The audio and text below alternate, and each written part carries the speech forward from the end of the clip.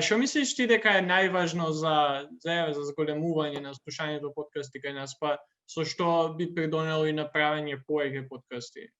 А, Содржина, значи многу луѓе денеска по дефиниција подкаст всушност го перцепираат Џо Роган и толку.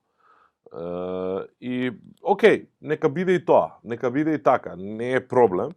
Значи треба содржина, треба понуда.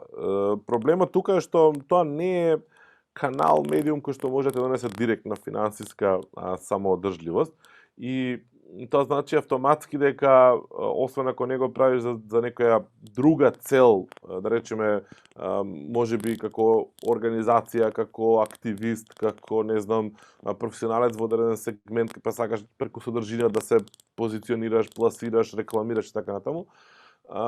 Не постои, има уште еден на дечкиот Штип, мислам дека беше со го видов неговиот ставено на список, сега ми текна.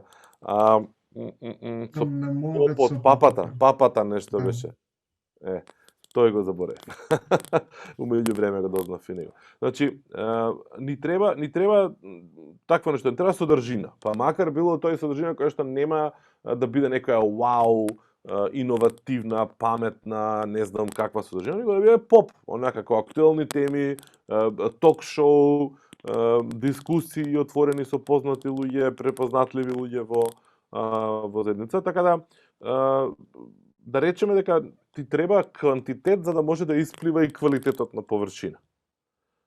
Така да нема друг начин, значи не може преку ноќ да се направи. Гаранција некој ќе земе некој проект од некаде и ќе рече ајде сега нешто ќе ги учиме луѓето да прават подкасти, не дека претходно не ги учил и не ги правил, ама ако сами луѓето не си почувствуваат и не се заљубат во тој да речеме медиум или стил на изразување, што ќе ја крира таа содржина, ако не си најдат лична мотивација, не верувам дека за скоро време може да очекуваме некаков бум во тој поглед.